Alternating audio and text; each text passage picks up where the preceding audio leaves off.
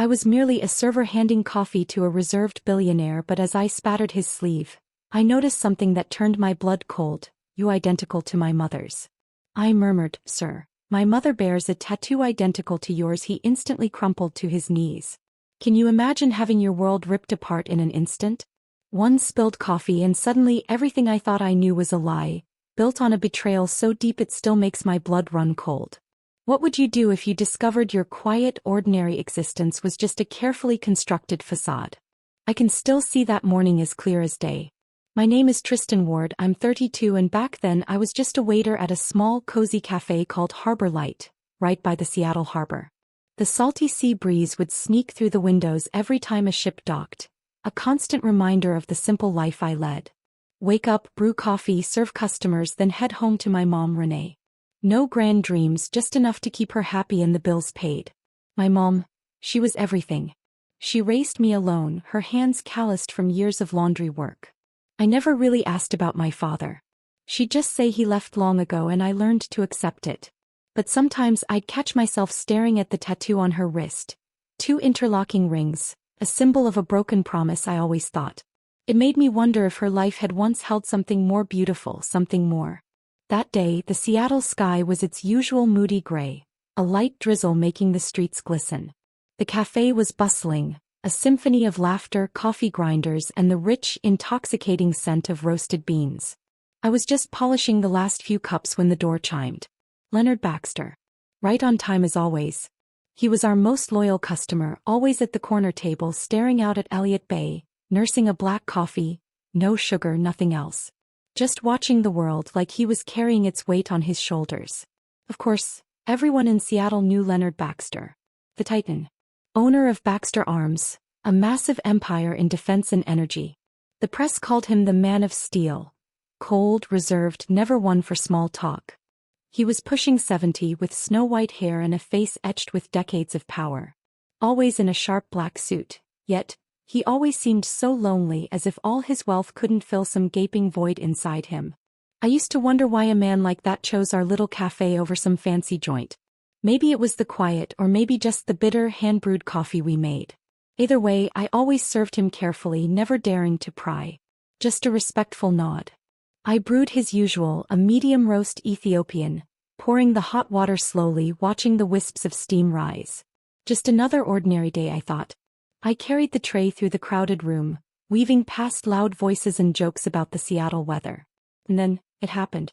A customer, a big burly guy in a hurry, bumped into me. Hard. The tray flew, and that scalding hot black coffee, dark as ink, splashed all over Mr. Baxter's expensive suit jacket. My heart plummeted. "Oh my God, I'm so sorry, sir." I stammered, my face burning red, fumbling for a cloth. The cafe went quiet. Heads turned. Mr. Baxter just sat there, jacket soaked, but he didn't get angry. He gave this faint, rare smile, so strangely gentle. "It's all right, young man," he said, his voice deep and warm. "It's just coffee." He took off his jacket, hung it on the chair, and then slowly rolled up his shirt sleeve to wipe the spill. And that's when I saw it. 2 interlocking rings. The black ink faded with time right there on his wrist. Identical. Exactly like the tattoo on my mother's wrist. My blood ran cold. I froze, mouth dry, my heart hammering against my ribs like it wanted to burst right out of my chest. It couldn't be. That was Mom's toe. She'd had it forever, a memory of an old love, she always said.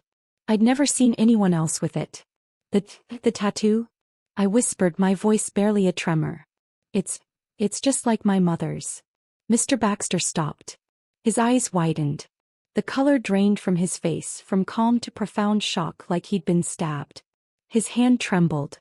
His lips moved soundlessly. He was trying to speak, I could see it, but the words were choked in his throat. The entire cafe seemed to freeze. The distant crash of waves from Elliott Bay was the only sound. A vague, unsettling dread rose in my chest. Who was this man? Why the identical toe? And then, like a dam breaking, something inside him just exploded. He collapsed to his knees right there on the cafe floor. Tears streamed down his chiseled face, splashing onto the old wooden planks. The cafe went utterly silent. No voices, no clinking cups, just his ragged, desperate breathing. My son, he whispered, his voice cracking, his arms clutching my legs. I stood there, utterly frozen, my mind spinning, not comprehending anything. My heart raced wildly, a frantic drumbeat. In that moment I knew one thing. My life had changed forever. A secret from the past, dragged into the harsh light, and I was so not ready to face it. The whole cafe was stunned, like time itself had frozen. Mrs. Martha, our owner, rushed out from behind the bar, her face pale. "Tristan, what's going on? Mr. Baxter, are you all right?" I tried to help him up, my hands trembling as they touched the shoulder of this powerful man, now frail and broken like any ordinary old man. He struggled to his feet, wiped his tears with his sleeve, then gently, pleadingly, gestured for me to sit at a nearby table. His eyes were still red, but he tried to regain composure. "You sit down, son," he rasped. "I need to ask you a few things." My legs felt like jelly as I sat. The cafe slowly began to buzz again, whispers spreading like wildfire. Someone was taking photos. Someone else was on the phone. But I didn't care. Mr. Baxter looked at me, his eyes deep and searching, rummaging through some ancient memories. He asked slowly, word by word, his voice hoarse, "Your mother? What's her name?" I was surprised. Why would he ask that? But then Renee, I stammered. "Renee Ward. She's my mother." Just that. But my words were like a time bomb. Hearing the name, his heart seemed to seize. His wrinkled face briefly lit up, a spark of desperate hope in his cloudy eyes, then quickly clouded over with overwhelming pain. He sighed heavily, his voice choked with emotion. My God, my Renee." He gripped my hand tightly, his own hand cold and shaking. "I need to see her. No. Right now, son, take me to her." His plea was so desperate, so raw, like not seeing her would kill him on the spot. My mind was chaos. How did he know my mother? What had happened between them? But looking into his eyes, full of such regret and desperation, I realized something serious, something deeper than I could ever imagine, was at play. I nodded, my voice faint. "All right. I'll take you." We left the cafe under a barrage of curious stares. My old car, a beat-up 90s Ford, silver paint faded, engine rumbling loudly, was parked in the harbor lot. Mr. Baxter sat in the passenger seat, silent, his eyes fixed on Elliott Bay, just as they always were at the cafe. I drove, hands tight on the wheel, my heart a restless bird trapped in my chest. The drive from downtown Seattle to Fremont wasn't far, but that day, it felt endless. The rain started falling harder, the wipers clacked rhythmically, and the radio crackled with economic news, mentioning Baxter Arms, his company. I glanced at him. He had his fists clenched, lips pressed tight. "You know my mom?" I asked, trying to break the stifling silence. He just nodded, his voice low. "More than no, son. She was everything to me." Fremont appeared, an artsy neighborhood with graffiti and small bars. But our apartment was in a quieter, poorer corner, less bohemian charm. Just a two-bedroom unit, damp walls, creaky wooden floors. We'd rented it since I was little, and Mom had turned it into a home with old photos and small potted plants. My mother, Renee Ward, 60 years old, was a tough, hard-working woman. Her hair was streaked with gray, always neatly tied, her hands calloused from 30 years of laundry work. She was strong, rarely cried, but her eyes always carried a deep sadness. She was my pillar, teaching me that life is hard but we must live kindly. That day she was home, probably washing clothes for clients or reading. Her daily routine. I parked in front, rain pouring. Mr. Baxter stepped out, his suit still soaked, but he didn't care. I knocked, my heart pounding. "Mom, I'm home. There's a guest." The door opened. Mom stood there in her old apron, holding a dishcloth. She looked at me, then at Mr. Baxter, and froze. Her face went white as if she'd seen a ghost. The dishcloth slipped from her hand, falling to the floor. "Leonard," she whispered, her voice choked with a mixture of emotion and pure hatred. Her eyes flashed with anger, then tears welled up. "Get out. You're not welcome in my home," she shouted, her voice breaking, pushing him away. I panicked. I'd never seen her like this. "Mom, what's wrong? Who is he?" I held her, trying to calm her, but she trembled, screaming. Mr. Baxter stood outside in the rain, eyes down, silent. The scene twisted my heart. I was nervous, scared, but also so utterly curious. What happened between them? Why such hatred? I pulled Mom inside, closed the door, but Mr. Baxter remained there like a ghost from the past. Mom finally calmed down a little. He called me son. My words stopped her. She looked at me, then peered through the door crack at him. After a long moment she sighed, wiping her tears. Fine. If he's here, let him in. But don't expect forgiveness. I opened the door, offered him a chair. Mr. Baxter entered silently, his eyes fixed on the old, damp wooden floor with its years of cracks. Mom sat opposite him, her hands clenched, tears still falling quietly. The air in that small room was heavy, ready to explode. I sat between them, torn, unsure what to do. After a while, when Mom had calmed somewhat, she looked at me, her voice steadier but still trembling. Son, if it's come to this, I can't hide it anymore. I'll tell you everything. She took a deep breath, then began, her voice slow, like turning painful pages of an old book. It was 30 years ago. A beautiful love, crushed by power and betrayal. Back then she was 30, a quietly beautiful, resilient woman working at a small laundry. Leonard Baxter, a talented man from a wealthy family, met her by chance. Love blossomed quickly, ignoring their class differences. I once believed love could conquer all, she said, her voice choking. They tattooed interlocking rings on their wrists, a symbol of eternal promise. She spoke of secret dates, long nights by the bay, her eyes distant as if she was still immersed in those memories. But then the Baxter family found out. They saw her as a threat to their reputation. A poor girl, no match. They used their money, their power to force her away. They even threatened to ruin her life if she stayed in touch. They sent people with a large sum. Told me to disappear, she said, her voice filled with a bitter resentment I'd never heard before. And Leonard, he was weak. Too spineless to defy his powerful family. She quietly left the city, pregnant with me. She gave birth alone in a small town, raised me enduring judgmental stares. I did everything for you to have a normal life, Tristan. No father, but a mother's love. As the story ended, the room fell utterly silent. I sat stunned, my mind swirling with images of a past I never knew. Mr. Baxter bowed his head, tears on his trembling hands.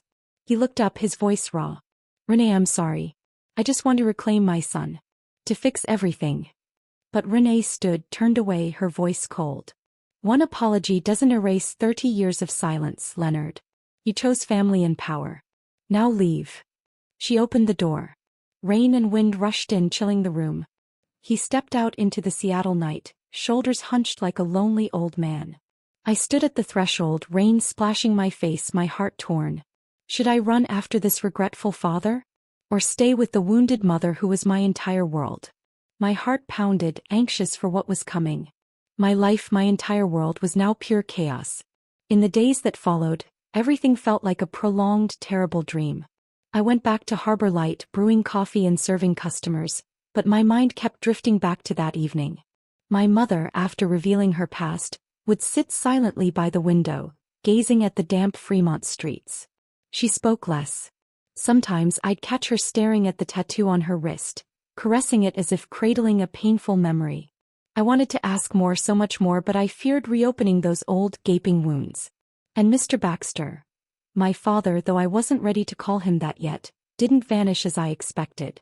He kept coming back, persistent like a ghost from the past. The first time was 3 days later. I was mopping the floor after closing when I heard a soft knock. Opening the door, there he stood in the drizzle, holding a bouquet of white roses, the kind Mom once said she loved in her youth. Beside it, a pristine white envelope. Son, he said, his voice hoarse.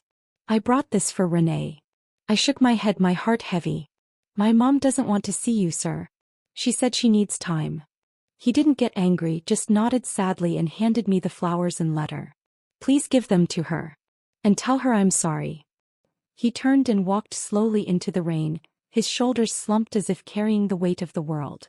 I closed the door, a wave of sympathy rising within me. He was old, wealthy, yes, but so lonely, now suffering for a lost first love. But then I thought of Mom, the years she raised me alone, enduring judgmental stares. And anger surged again. He didn't give up. A week later he came again. And again. Always the same. Standing before our rundown apartment, bringing fresh flowers or a small gift box with a handwritten letter. The notes were sometimes just a few lines of apology. Renee, I've never stopped thinking of you. Forgive this fool. Once he even included an old photo. Two young people smiling brightly by Elliott Bay, arms around each other, fresh tattoos still red. I gave them to Mom. She took them, her eyes red, but shook her head. Son, I'll keep them, but I'm not ready to see him. She stored them in a drawer with all her other sad memories. I witnessed it all, utterly torn. On one side, sympathy for this aging father, grieving his loss, his eyes always sincere when he looked at me. On the other, Mom's deep pain. The woman betrayed, pushed into darkness for 30 years. I lay awake nights wondering, is there any way to heal this? Or is it all just an illusion? Occasionally, Mr. Baxter would arrange to meet me at the old cafe Harbor Light where it all began. The first time he called, his voice weary. Son, can I see you? Just to talk. I hesitated but agreed. He sat at his usual corner table, ordered black coffee, no sugar, his eyes on the bay. We talked awkwardly at first about the Seattle weather, about my job. Then he started asking about me. How do you live? Is work hard? I told him about the long shifts, about Mom. And he listened, his eyes lighting up at any mention of her. Is she well? Does she still do laundry? He'd ask, his voice trembling. I nodded, shared small stories, and gradually I saw no deceit in his eyes, only deep regret, like an unhealed wound. He spoke of his own life, building Baxter Arms from nothing, but losing his greatest love. I was weak, Tristan. I let my family stop me, and now I pay. Those meetings made me anxious, afraid Mom would find out, but they were also warm. He always asked about her, and I shared just enough, not wanting to hurt her. He didn't just talk, he quietly helped us. A month later, the landlord called, saying 3 months' rent had been paid from an unknown account. I knew it was him. Then gifts arrived. Premium supplements for Mom, the best for seniors, with nutritious food. I brought them home. Mom glanced at them and shook her head. Return them all, son. I don't need pity from him. She wrapped them up and told me to send them back. I did, my heart heavy. He called afterward. Son, I just want to help. She deserves better. I sighed. Mom's proud, sir. She doesn't want it. His actions heightened the tension. I was nervous, waiting for Mom's reaction, fearing she'd be angry. I kept secrets, but she stayed silent, and I knew she was struggling inside. Then one morning, everything exploded. I woke early, brewed coffee, scrolled on my phone, and my heart stopped dead. News flooded every outlet. Billionaire Leonard Baxter has illegitimate son living in Fremont. Photos of me at Harbor Light smiling with customers were now viral. The press dug deep. Defense tycoon's secret son, a poor waiter. I read it, my hands shaking. Who took the photos? Who leaked it? The cafe got even busier, but now with curious stares. Reporters swarmed, blocking the door, bombarding me with questions. Are you Baxter's son? What did he leave you? Passers-by whispered. Some pitied me. Poor kid, just found his dad. Others sneered, probably dreaming of riches now. I stayed silent, kept working, avoided their questions. But inside, pure chaos. I was anxious every time the door chimed, fearing another reporter. From cafe gossip, I heard the Baxter family was in turmoil. His wife, Elaine, and son, Connor, the official heir, were furious. They tried silencing the media, hiring lawyers, threatening lawsuits. A coworker said, heard the Baxters are in emergency meetings, the wife screaming. I pictured it, the lavish Baxter Hill mansion now filled with rage. Mr. Baxter in that storm must be lonelier than ever. That night my phone rang. His number. His voice tired. Son, don't believe what they say. I'll handle it. That was all. Then he hung up. I sat silent, my heart racing. The pressure from the public and media weighed heavy, not just on me but on Mom. She now feared opening the door, always asking, who's there? In a trembling voice. She locked up tighter, went out less. I don't want them bothering us, she said, her eyes filled with worry. I realized our peaceful life was swept into a storm we never wanted. Morning walks in Fremont now drew strange looks. I worried most for Mom. She'd suffered enough, and now she was facing the past all over again. My heart tore. Pity for my father. Anger at his family. Fear for our future. This storm, tense and dramatic, where was it taking us? After weeks of suffocating silence, when the media frenzy around the billionaire's secret son began to quiet down, I actually thought everything might finally settle. I tried to return to my old routine, brewing coffee at Harbor Light, taking care of Mom, and attempting to forget Mr. Baxter's handwritten letters, still tucked away in a drawer. But then the news hit like an unexpected undercurrent. One morning as I scrolled through headlines on my phone, my heart clenched. Billionaire Leonard Baxter hospitalized with serious heart complications. The reports detailed a sudden heart attack, a frantic rush to a central Seattle hospital, and then after a few days, a transfer to his lavish Baxter Hill mansion for recovery. Photos in the papers showed him looking older, face pale, but still with that familiar calm demeanor. I read it over and over, worry surging. He, my father, though I still hadn't truly called him that from my heart, was seriously ill. And I hadn't even known him properly. Those following nights I tossed and turned, listening to the rain patter against the window.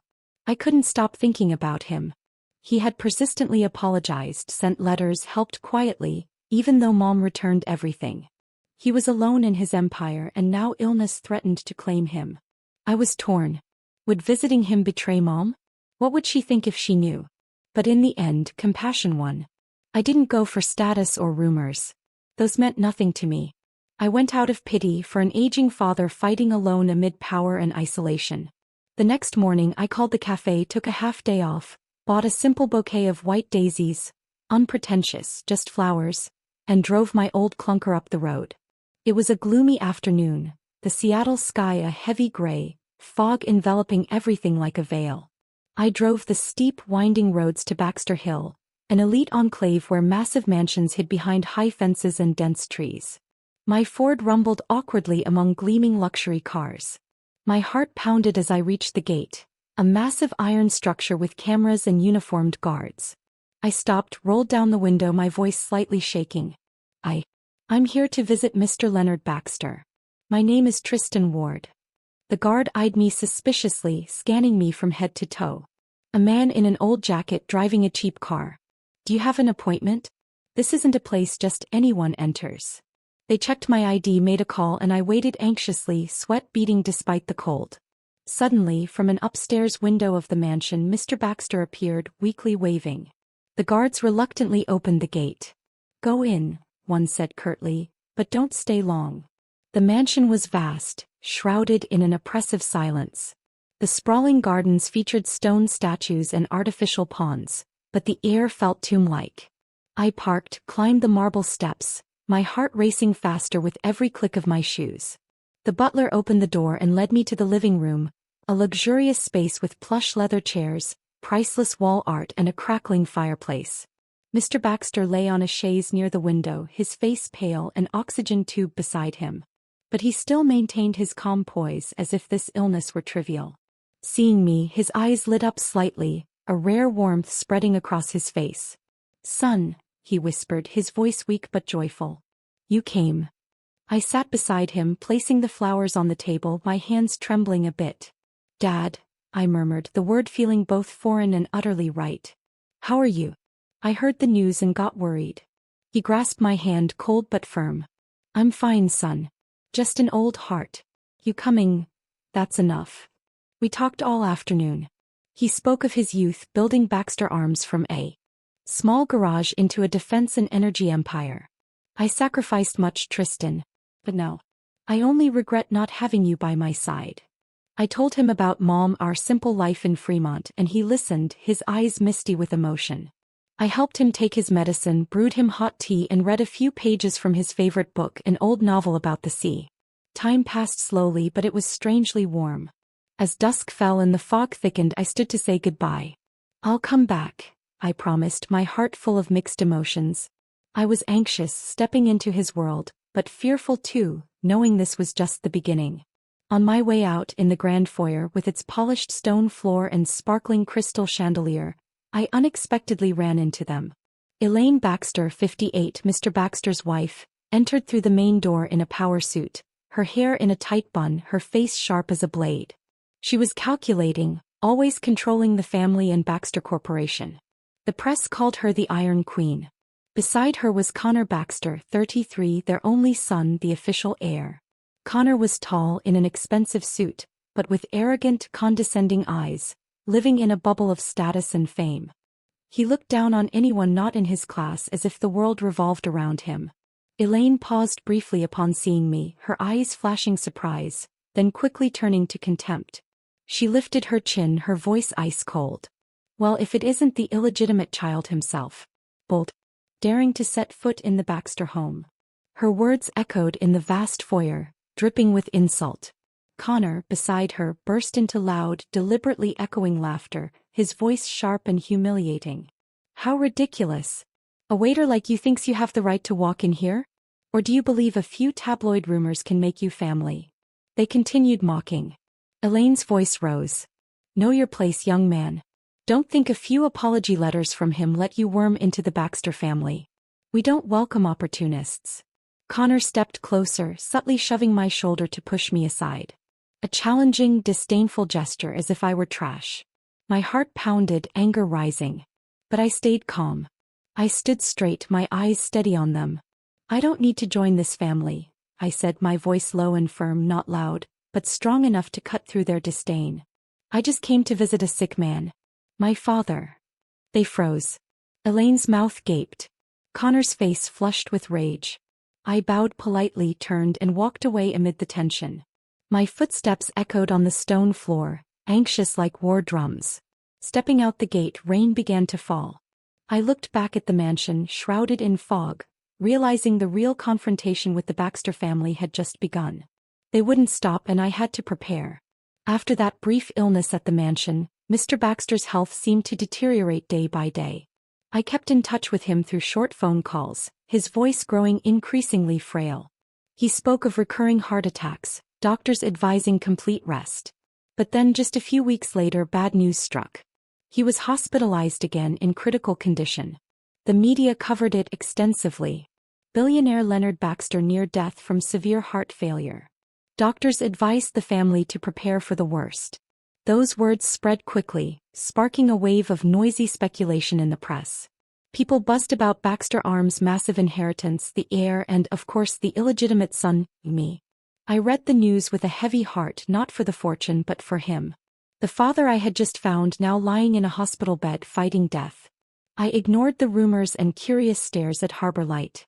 Customers started whispering when they saw me. Hey, isn't that Baxter's son? He's about to get rich. I just forced a smile, kept brewing coffee, wiping tables as if nothing happened. But inside I was endlessly worried. Every day after my shift, I drove my old clunker to Seattle Central Hospital where he lay in a very important person room.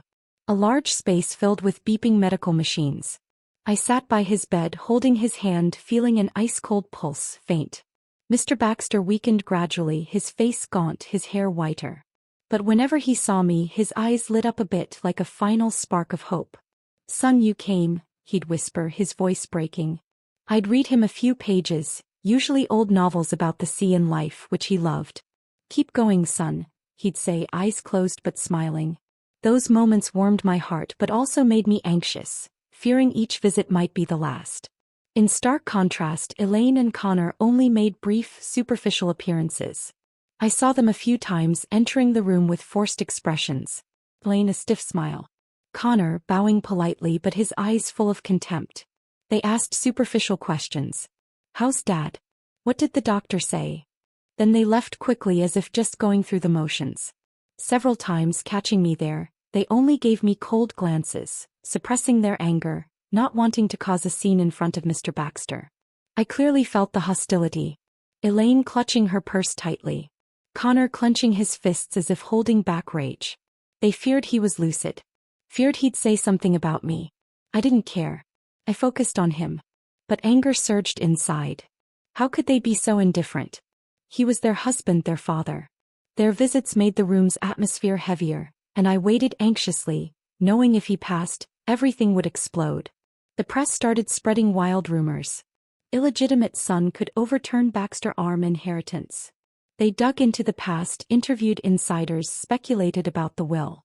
This enraged Connor. I heard on TV he held a brief press conference, his voice shrill. I won't let anyone steal the Baxter fortune. It's our family legacy. He stared into the cameras as if threatening me. My heart went cold, not for the money which I never dreamed of, but for his blatant greed. His words sparked public frenzy. Social media buzzed, one side supporting me as the lost son, the other mocking the opportunist. I turned off my phone, tried to avoid it all, but the pressure grew. One afternoon, after a tiring shift, I went to the hospital as usual. Mr. Baxter was sleeping. I sat reading beside him. Suddenly, in the hospital hallway, I ran into the two of them. Elaine walked ahead in an elegant black outfit. Connor followed, a scowl on his face. She glanced at me, her eyes cold as if seeing someone beneath her class. A poor waiter daring to linger here. Connor stopped, smirked and sneered. "Oh, it's you again. Playing the devoted son to win Dad over. Stop dreaming, kid. The money's mine." His voice was low but venomous, like a hissing snake. My heart raced, anger rising, but I remembered Mom's teaching. Don't stoop low. I bowed slightly, walked away silently. No response. But inside I was anxious, knowing this was just the start of bigger clashes. That night, returning home, Mom sat at the kitchen table, her face pale. She recounted that morning Elaine and Connor had come, bringing contempt and threats. "They knocked hard, son," she said, her voice trembling. Elaine threw a newspaper with my photo on the table. Headlined, "Baxter's secret son could inherit billions," and told us to stay away from the Baxters. "You're just the past. Don't dream of intruding," she'd said sharply. Connor stood behind her, a cold smile, calling me the bastard son, chasing inheritance, and Mom someone without status who won't get a penny. His words cut like knives, full of insult. Mom said she was terrified, her heart pounding, hands ice cold. But she stood tall, looking them in the eye. "You leave," she said firmly. Elaine, seeing this, clutched her bag and turned away, grumbling, Connor following with a threat. "You'll regret this." Her voice was calm, retelling it, but I saw her hands still shaking, the calloused fingers from years of laundry work now gripping the table edge. I hugged her, my heart aching. How dare they come here and assault my mother? She had suffered enough. 30 years alone, now dragged into this whirlwind again. That night I sat watching Mom doze off in her chair, her breathing steady but her face still anxious. I realized the inheritance war I never wanted had truly begun. And this storm would sweep both of us into an unavoidable vortex. My heart raced, anxious, thinking of what was coming. Mr. Baxter fading, the will hanging in the balance, and that family doing anything to eliminate us. 3 days later, Mr. Baxter's condition suddenly worsened. I was at Harbor Light brewing coffee for the afternoon shift when my phone rang. A call from the hospital. The doctor's voice was cold but urgent. "Mr. Baxter is critical. He's asking to see you immediately." My heart stopped. I dropped the tray, asked for emergency leave, and sped through Seattle's drizzling streets. The hospital loomed ahead, neon lights flickering under the gray sky, and I rushed through the corridors, the antiseptic smell overwhelming. His room was crowded with doctors and nurses, machines beeping relentlessly, the air heavy like a dark cloud. He lay there, skin pale, eyes cloudy, but it seemed he was waiting for just one person, me. A nurse signaled me in and I approached, taking his hand. It was ice cold, his pulse faint like a fragile thread. "Dad," I whispered, my voice trembling, calling him that for the first time without hesitation. He gave a weak smile, his eyes fixed on my face as if memorizing a final image. Then he quietly passed, his eyes closing peacefully, leaving me sitting there, tears streaming. News of Mr. Baxter's death spread like a tsunami through the media. Headlines screamed, "Billionaire Leonard Baxter dies at 70, who inherits the massive fortune?" From CNN to the local Seattle Times, coverage was relentless. Analyzing Baxter arms, his life, and, of course, the illegitimate son, me. My phone rang nonstop. Reporters blocked the cafe in our home, bombarding me with questions. "How do you feel? Did he mention the will?" I turned off my phone, locked the door, tried to escape it all. But my heart was empty, aching unbearably. He was gone. The father I had just found, and I hadn't said everything I wanted. Memories flooded back. The spilled coffee at the cafe, the interlocking ring tattoos, the regret-filled letters. I sat alone in our Fremont apartment, staring at the rainy street, tears falling endlessly. Mom hugged me, crying too. "Son, he's at peace now. But we must be strong." Elaine quickly announced the funeral would be private at St. Helena's, a historic church on Seattle's outskirts, for family and close financial associates only. The press reported, Closed funeral, no public access. I read it with a heavy heart. Would we be invited? Then an envelope arrived from his office, inviting Mom and me. It was his wish, the butler confirmed by phone. We decided to go not for status but to say a final goodbye. Mom hesitated. I'm afraid to face them, son. But then she nodded firmly. For you I'll go. Funeral day. Seattle rained torrentially as if mourning him. We wore simple black, I in an old shirt, Mom in a plain dress, and drove to the church. St. Helena's appeared with its high-vaulted roof, bells tolling mournfully. We entered quietly, drawing scrutinizing stares from all sides. The guests were all wealthy businessmen, politicians, Baxter Arms partners, in glossy black suits and sunglasses. They whispered, seeing us, "That's the bastard's son. How dare he come?" I squeezed Mom's hand, trying to stay calm but anxious, fearing a confrontation. We sat in the back row, heads bowed silently. As the priest prayed, his voice echoing in the cold stone space, "Lord, receive the soul of your servant, Leonard." Mom whispered, "Forgiveness. Leonard, I forgive you." Her tears fell and I stood behind her, my heart utterly empty. No anger, no regret, just a vast void. He was gone and I hadn't truly been his son. Memories surged. Cafe meetings, his stories of the past, his eyes lighting up hearing about Mom. Now all was nothingness. Elaine and Connor stood up front, faces stone cold. No tears, no emotion. Elaine in an elegant black gown, Connor in a shiny black suit, looking more like a business meeting than a funeral. Seeing us, they exchanged annoyed glances, then approached. Before everyone, Elaine spoke clearly, her voice echoing in the church. "This is no place for outsiders. He is not Leonard Baxter's son. Some are exploiting this funeral for status." Her words cut like knives, full of scorn. The church buzzed with whispers, guests turning to stare. Connor stepped forward, his voice shrill in agreement. "Mr. Baxter has no illegitimate child. Those two are fabricating to seize assets. Get out." He pointed at us, his face red with fury. All eyes turned to Mom and me. Some shook their heads. A few whispered pity, "Poor old lady." But most showed contempt, as if we were frauds. My heart pounded, anger surging. How dare they humiliate us here before his coffin? But I gently squeezed Mom's hand, signaling silence. Arguing now would only burden his passing. He deserved peaceful rest, not a fight. Mom trembled but nodded, her eyes red. We stood quietly, left the church amid cold stares, the rain pattering outside like his whisper. Behind us, church bells and emerging rumors. "They were kicked out," someone said. Back home, Mom sat silent, tears falling. "I forgave him, but they're too cruel." I hugged her, my heart aching. The day he passed, everything changed from hope to pain, from secret to public. I remembered his final smile and my tears fell again. The will storm was coming, tense and dramatic. But for now, I just wanted to hold Mom and forget. A week after the funeral, our lives remained steeped in heavy sorrow. I returned to Harbor Light, mechanically brewing coffee, but my mind kept wandering back to St. Helena's Church.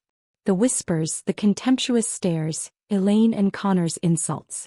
Mom went out less, sitting by the window watching rain patter on the Fremont streets, her fingers tracing the interlocking ring tattoo.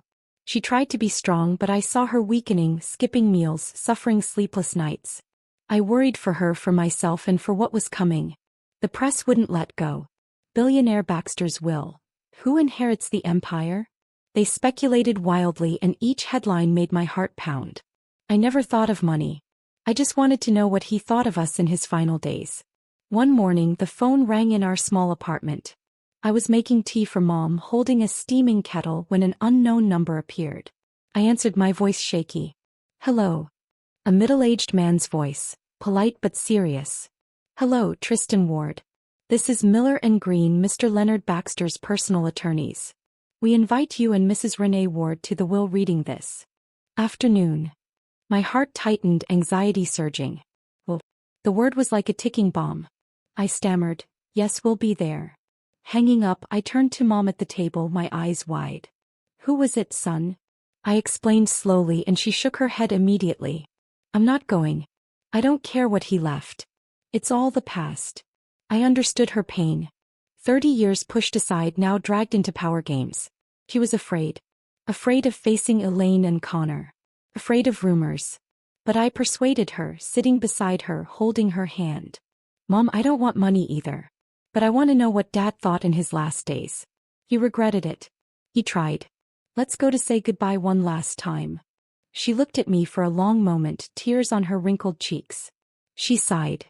All right. For you. We prepared, dressing simply. I in an old black shirt, Mom in a plain black dress, and drove to Miller and Green in downtown Seattle. Streets were crowded, a light rain falling. My heart beat faster than ever, anxious about what we'd hear, their reactions. The office was in a gleaming high-rise, oppressively luxurious. As Mom and I entered the conference room, a spacious area with a long wooden table, leather chairs, and a faint coffee scent, Elaine and Connor were already waiting. They froze, clearly not expecting us to be invited. Elaine, with her sharp features, hair in a tight bun, power black suit, paused a second, her eyes flashing surprise. Connor, beside her in a shiny black suit, scowling, glared like an enemy. But Elaine quickly composed herself, flashing a thin, fake smile. Oh, you're here too. Quite a surprise. Connor muttered to her, loud enough for us to hear. Dad probably left a few pity gifts to show mercy before dying. Don't dream big. His words cut like knives, but I squeezed Mom's hand, signaling silence. We sat opposite them, the room tense like a drawn string, anxious, waiting, my heart pounding, wondering what he decided. The lawyer, Mr. Miller, about 60, silver hair, gold-rimmed glasses, entered with a thick file. He sat at the head, his voice calm. Thank you for coming. We will now read Mr. Leonard Baxter's official will. He opened the file, reading clauses slowly, evenly. Everyone was silent. Only the soft rustle of pages in the elegant space, like a countdown clock. He read about charities, company employees, minor assets. All listened intently. Elaine clenched her hands. Connor tapped his fingers impatiently. I looked at Mom, her head bowed, eyes red, my anxiety rising. What did he leave us? A final apology? At the end, the room nearly exploded in silence. Mr. Miller's voice rang out, clear and steady. All assets, shares, and real estate of Leonard Baxter are legally transferred to Tristan Ward and Mrs. Renee Ward. I froze, my ears ringing. Everything? Baxter Arms? The empire? The mansions? Bank accounts? All to us? The lawyer continued. Mrs. Elaine Baxter and son Connor Baxter received symbolic assets. An Oregon vacation home worth about $5 million US and $2 million US cash. The room fell dead silent. Elaine froze, her hand white-knuckling her glass, her face ashen. Connor jumped up, slamming the table with a thud, his face red with rage. What? This is a joke. The old man went mad. They hurled insults. Elaine's voice shrill. Those two manipulated him when he was sick. What did you do? Take it all back. Connor pointed at me. You bastard. Don't think you'll steal from me. Chaos erupted. Chairs toppling, shouts echoing. I stayed calm though my heart was racing. I helped Mom stand. She trembled, her eyes wide in shock. I bowed, thanks to the lawyer. Thank you, sir. Then we left slowly down the hall, leaving behind toppled chairs and angry shouts in that sealed room. Elaine screamed, You'll regret this. Connor slammed the table again. Outside, the rain grew heavier. We got in the car, my mind chaotic. A massive fortune but no joy. Only heaviness. And anxiety for the coming fight. Before we left, the lawyer ran after us, handing a sealed envelope. Mr. Baxter wanted this given to you after the reading. Open it at home. That night, in our small Fremont apartment under the warm yellow light, I opened it. Inside, a handwritten letter, his shaky script, and a DNA test confirming I was Leonard Baxter's biological son. My heart tightened, tears falling as I read the letter. My dear son, it began. I regret the past, losing you and Renee. My final days with you were the most peaceful. No power, no ambition, just belated love. He explained. I leave the assets not to atone, but because I trust you with your kindness and clarity, to protect the Baxter legacy from those turning it into a tool of greed. Use it for good, son. Finishing, I sat stunned. The yellow light flickered on the trembling letter, and for the first time, I felt the pain, loss, and love of a father. Late, yes. But sincere. Just a few days after the will reading, Major Seattle newspapers simultaneously splashed sensational headlines. Baxter Corporation faces massive asset dispute. Shocking will leaves everything to illegitimate son. I woke early brewing coffee in our small Fremont apartment, when my phone buzzed incessantly. Opening it, the screen was flooded with notifications. The Seattle Times, The Stranger, even local CNN. They wrote about us like a Hollywood drama. Illegitimate son unexpectedly inherits billion-dollar empire. Rumors spread like wildfire claiming I, Tristan Ward, had exploited my dying father to seize the fortune. He sat by the bedside whispering sweet nothings, one article wrote, with a stolen photo of me outside Harbor Light. My heart tightened, anger surging but also fear. How did they know? Who leaked it? I never dreamed of money. I just wanted a peaceful life with Mom. But now we were thrust into the storm's center. Elaine and Connor didn't sit idle. They hired top attorneys from a leading New York firm and held a press conference the next afternoon. I watched on TV sitting with Mom in our cramped living room. Elaine stood at the mic, heavily made up, her voice icy. This will is invalid. Leonard Baxter was not of sound mind, emotionally manipulated by a stranger. She stared into the camera as if at us. We will fight to the end to protect the family legacy. Connor, beside her, scowling, echoed, it's a scam. How can a broke waiter be his son? We'll prove it. They presented fabricated evidence, statements from a close doctor claiming cognitive decline. Mom tremblingly turned off the TV. Son, what will they do to us? I hugged her, my voice reassuring, but my heart was anxious. Don't worry, Mom. Truth will win. But that night I lay awake imagining courtrooms swarming reporters, Connor's rage. He wouldn't stop. Social media split into clear camps. I scrolled X, formerly Twitter, #BaxterInheritance trending. One side believed the will. Justice finally for the lost son. Justice for Tristan. The other mocked me as an opportunist. Waiter exploits dying old man. Pure greed. Baxter scam. Comments poured in. Some tagging me directly. Stealing from Connor, you bastard. Media swarmed. Reporters camping outside our Fremont apartment daily. Early mornings they'd knock. Mr. Ward, comment on the lawsuit. I took back routes to the cafe, dodging flashing cameras. Mom grew fearful, staying indoors, locking tightly, drawing curtains. I can't take it anymore, son, she whispered, her hands shaking as she held a glass. I stayed silent, ignored the press, waited for the court to accept the case. But inside was chaos, anxious with every ring, fearing bad news, fearing Mom breaking under pressure. The waiting days dragged endlessly. I still worked at the cafe, brewing black coffee, no sugar like he ordered. Each time memories flooded back. His weak hospital smile, his trembling hand holding mine. Mom stayed home trying to do laundry work, but her hands were shaking, her eyes red. I came home early, cooked for her, told funny cafe stories to make her smile. But late nights I scrolled through comments, anger rising. Why wouldn't they leave us alone? We never asked for anything. Elaine and Connor continued their campaign. A second press conference presenting more evidence. Old letters, staff statements claiming he was manipulated. I called our lawyer, Mr. Miller, who read the will. He reassured me, we have solid proof. Don't worry. But anxiety lingered like a shadow. The trial opened at the Washington State Supreme Court, a historic building in Olympia, 2 hours from Seattle. Plaintiffs Elaine and Connor filed to invalidate the will, accusing me of exploiting a sick man for assets. First day we arrived early. Mom in a simple black dress, me in a borrowed, slightly ill-fitting suit. The courtroom was packed. Reporters, lawyers, guests. Elaine sat opposite us, her face ice cold. Connor beside her, glaring hostilely. The judge's gavel struck. Trial begins. Their lawyer, a sly veteran, presented first. Mr. Baxter had severe heart failure, was not lucid. Tristan Ward exploited him, coerced the will. They submitted their evidence, medical reports, doctor statements. My heart pounded, anxious, waiting for our turn. Would our proof hold? In session, our lawyer, Mr. Miller, stood calmly, submitting our evidence. First, the DNA test confirming paternity. The paper from his envelope, proving I was his biological son. The courtroom buzzed. Next, his handwritten letter, shaky but clear. I was fully lucid when signing. Then notarized statements from his old lawyer and butler, witnessing him sign willingly, lucidly, under no pressure. Mr. Baxter acted freely. No manipulation. The butler testified.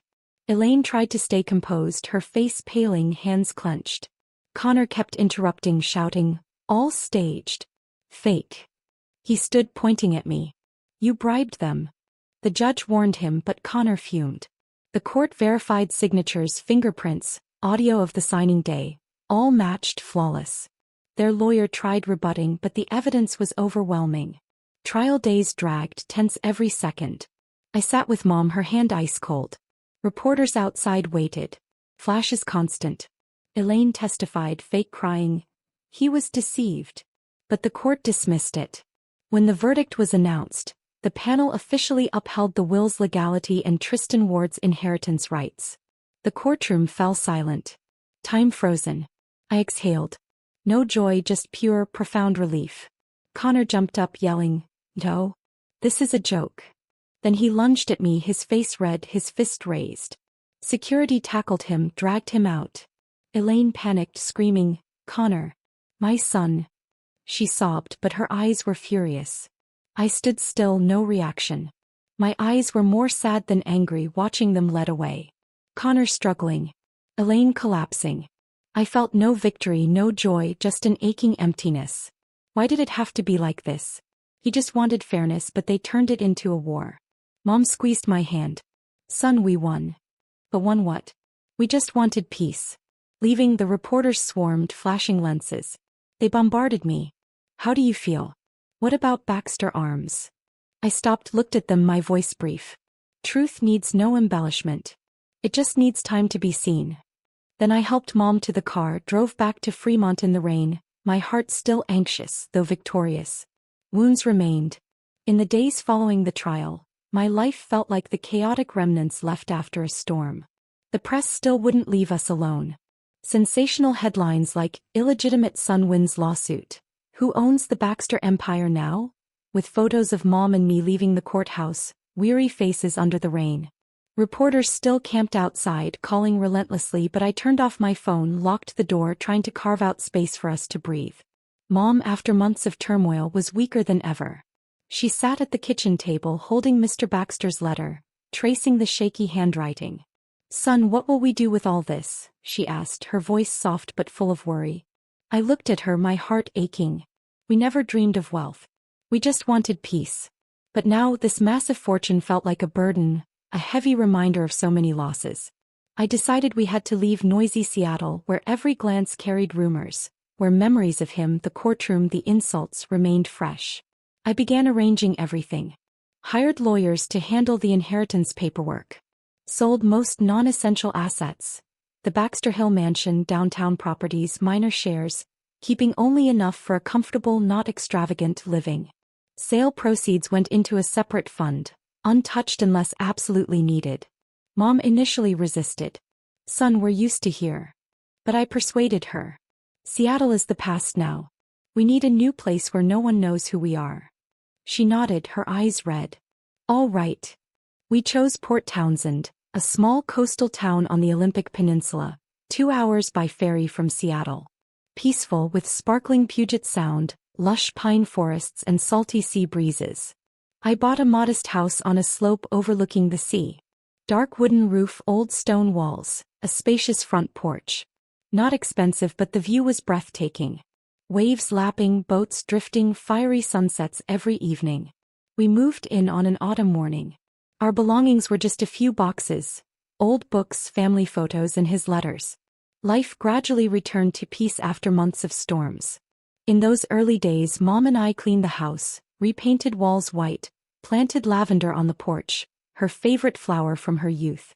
Its sweet scent drifted with the wind. She planted it herself, kneeling on the damp soil, her calloused hands digging, smiling at the new shoots. "Son, these flowers will bloom beautifully." Watching her, my heart warmed. Her face, losing its worry lines, was replaced by serenity. At night, we sat on the porch, listening to the waves, sharing old stories. The Fremont years, Mr. Baxter, the interlocking ring tattoos. "I once thought my life was only suffering," she said softly. "But now I feel peace." I nodded, still anxious, fearing the past returning, fearing Elaine and Connor not letting go despite the verdict. But Port Townsend was another world. Locals were friendly, not nosy, just greeting us on the street. We blended in gradually like two ordinary people escaping the big city. I decided to open a small cafe, naming it Interlock, a symbol of the shared tattoo between my parents. Two rings entwined, reminding me of a love severed but finally reconnected. The idea came suddenly, sitting by the sea, thinking of those early mornings brewing at Harbor Light. "I'll make a cafe like that, Mom," I told her, and she smiled. "Great idea, son." Like a memory of him. I designed everything myself. Found a seaside space in an old wooden building. Painted the walls pale green, chose rustic wooden tables and chairs, a counter with manual coffee machines. I learned bean roasting, experimented with recipes. Black coffee, no sugar like he loved, with homemade baked goods. The cafe opened after 3 months of prep, quickly becoming a local favorite. They came for the good coffee, the sea views, the cozy vibe. No one knew the owner was once the center of a massive inheritance lawsuit. "Nice place, buddy," a local fisherman said, sipping his espresso. I smiled, strangely joyful. This was the life I wanted. Simple, no power. Every morning Mrs. Renee helped brew coffee, arrange pastries, chat with regulars. She rose early, clean apron, her hands deftly stacking toast, homemade croissants. "How's the coffee today, ma'am?" customers asked. And she beamed, "Great, dear. Try it." Her face brightened after years of gloom, wrinkles softening, eyes sparkling, humming softly while working. Watching from the counter, gratitude filled me. "Happy, Mom?" I asked one quiet afternoon. She nodded. "Very, son. Haven't felt this in so long." Those moments erased the anxiety, forgetting Elaine, the court, just small joys. But late nights I remembered him. His letter. His words. "Do good." And I decided to act. I used part of the inheritance to establish the Leonard Foundation, supporting single mothers and orphans, extending the regret and love he left. The idea came from his letter. Protect legacy from ambition. I hired experts to manage it, investing in scholarships, temporary housing, counseling. The foundation started small but expanded quickly, helping dozens of mothers like mine once was, raising children alone in hardship. "This is for him, Mom," I said, signing the papers. She cried. "He'd be proud of you." Meanwhile, I transferred full control of Baxter Holdings, now Baxter Arms, to a new executive board loyal to him. I kept only honorary oversight, no daily involvement. In my letter to them, "Hope you run it by values, not ambition. Remember, legacy isn't money, it's responsibility." They replied, promising to follow. And I exhaled. The empire was no longer a burden.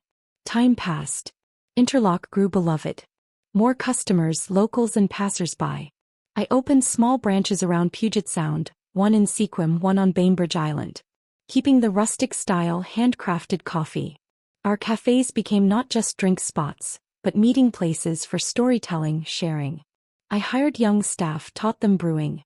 Each cafe had the interlocking ring tattoo on the wall, a subtle symbol. Mrs. Renee sometimes sat by the home window, watching the sea and smiling, saying she could truly forgive the past. "I once hated him, son," she shared one afternoon, the sea breeze cooling us. "But now I see he tried. And you're the greatest gift." I sat listening, my heart warm. This new life, peaceful, meaningful, like a flower blooming from ashes. I understood that any loss, no matter how painful, can bloom if we know how to rise from it. Nights in Port Townsend, lying to the wave sounds, I recalled the journey. Spilled coffee, tattoo, courtroom. Now peace. Initial anxiety became hope. We survived and lived better. Mom planted more lavender. Cafes thrived. The foundation helped many. Life, ultimately, is about forgiveness and starting anew. In that simple life, I realized I was no longer haunted by the past. Early mornings, when the sun just peeked over Puget Sound, I stepped onto the porch, breathing the salty sea air, feeling an unusual lightness in my heart. No more sleepless nights thinking of Mr. Baxter kneeling at Harbor Light, Elaine's shrill insults at St. Helena's, or Connor lunging in court with rage-red eyes. All the pain, resentment, and loss had finally been swept away by the waves, like those out there, crashing on the rocks, then vanishing, leaving clean sand ready for new footprints. I stood there holding a self-brewed coffee, watching Mom water the lavender on the porch, and smiled. Mrs. Renee's silver hair shone brighter in the sea air. She laughed more, humming old songs from her youth. "Son, any new customers at the cafe today?" she asked cheerfully. And I knew she was letting go of the years of shame, the judgmental stares. Life is sometimes unfair, but justice reveals itself in its own way. Not through revenge, but truth and perseverance. I think of this whenever I sit by the sea, bare feet in the wet sand. Back in Seattle, it had been a nightmare. Spreading rumors, swarming reporters, Elaine and Connor's accusations of exploitation. They tried everything: press conferences, expensive lawyers, even anonymous threatening calls to overturn the will. But the truth is, as Mr. Miller said in court, truth needs no embellishment. It just needs time to surface, like waves receding to reveal hidden shells. I never sought revenge. No countersuits, no media smears, just silence, steadfast with evidence. The DNA paper, his handwritten letter, the butler's testimony. Now in Port Townsend, I realize true justice isn't winning the case, but living on without hatred's burden. Elaine and Connor vanished from our lives after the trial, perhaps living with their symbolic share. I understand hatred can't heal wounds, only forgiveness lets us reclaim ourselves. Forgiveness isn't for others but to free your own heart. I learned this from afternoons on the porch with Mom. Mrs. Renee, pushed aside from Mr. Baxter's life, enduring 30 years of silent shame, now spoke of him gently. "I hated him so much, son," she shared one evening, the sunset blazing over the sea. "Hated him for choosing power over us. But that hate only hurt me more. Forgiving lightened me. Not because he deserved it, but because I deserved peace." Her words were a life lesson echoing in me. I once raged at Elaine and Connor, their sneers at the mansion, the hospital, the funeral. But gradually in Port Townsend I let go. Forgave them. Forgave him for his past weakness. Forgave myself for hesitation. My heart is freer now. No more anxiety. A mother's love, no matter how wounded, was the only thing that lifted me through the storm. He taught me kindness is never weakness. Mom is the living proof. In the Fremont years she raised me alone, hands calloused from laundry, enduring contempt without complaint. She taught, "Son, kindness isn't weakness, it's strength. It keeps you standing when everything collapses." In Port Townsend that love shone clearer. She helped at the cafe, chatting with customers, fishermen, tourists, local single moms with warm smiles. Once a young mother shared her struggles raising a child alone, and Mom listened, then gave her free coffee. "You're so strong, dear. I was like you, but it gets better." Her words moved me, recalling nights she cried secretly in Seattle but still comforted me. That love pulled me up after court, the funeral, every loss. Without her, I might have crumbled under the pressure of media, lawsuits, words. Money can buy power but not lost trust or time. My father's true legacy isn't bank accounts, but lessons in honesty and responsibility. I ponder this, gazing at the glowing interlock sign as I see sunlight. The vast fortune Mr. Baxter's billions, Baxter Arms shares. Once a burden but now clear. Money is a tool. It buys mansions, luxury cars, but not the 30 years he missed with me, not the trust Mrs. Renee lost. His true legacy is his letter. His regret. His faith in my kindness. I used the money responsibly. The Leonard Foundation helped hundreds of single mothers, scholarships for their kids, temporary housing, job counseling. Once a mother wrote, "Thanks. You saved our lives." My heart warmed, knowing this redeems him through me. For Baxter Arms, I oversee remotely, ensuring a clean tech focus, not ambitious weapons. Money now bridges good, not power. Like Elaine thought, I spend the rest of my life spreading this, helping the vulnerable, funding single mothers, repaying what I received. Years in Port Townsend flow peacefully, but I don't stop. The Leonard Foundation expands. A Seattle branch, charity partnerships, vocational training for orphans. I speak not boasting but sharing, from waiter to heir, loss to peace. Life gives lessons, I say at a conference, and we must give back. I'm proud. You did well. Mrs. Renee finds true peace. Afternoons she sits on the porch watching the sea and smiling. The smile of one who finally forgave those who hurt her. "I thought I'd hate forever, but the sea washed it away," she says, tracing the tattoo. Tristan, behind the counter watching interlocks sparkle in sunlight, understands. Every loss has meaning if we rise from it. Cafe mornings, customer laughter, roasting coffee scent. I feel it clearly. The spilled coffee years ago was the start, the tattoo linking past, the court teaching resolve, the sea teaching forgiveness. Their story reminds me, the heaviest sentence isn't in court, but the moment we face ourselves and realize life's greatest treasure isn't assets, but inner peace. And in Port Townsend we live that peaceful, meaningful life. I've shared my story, a wild ride I never saw coming. What do you think? If you found yourself in my shoes, faced with such a shocking past, what would you have done? Let me know in the comments below.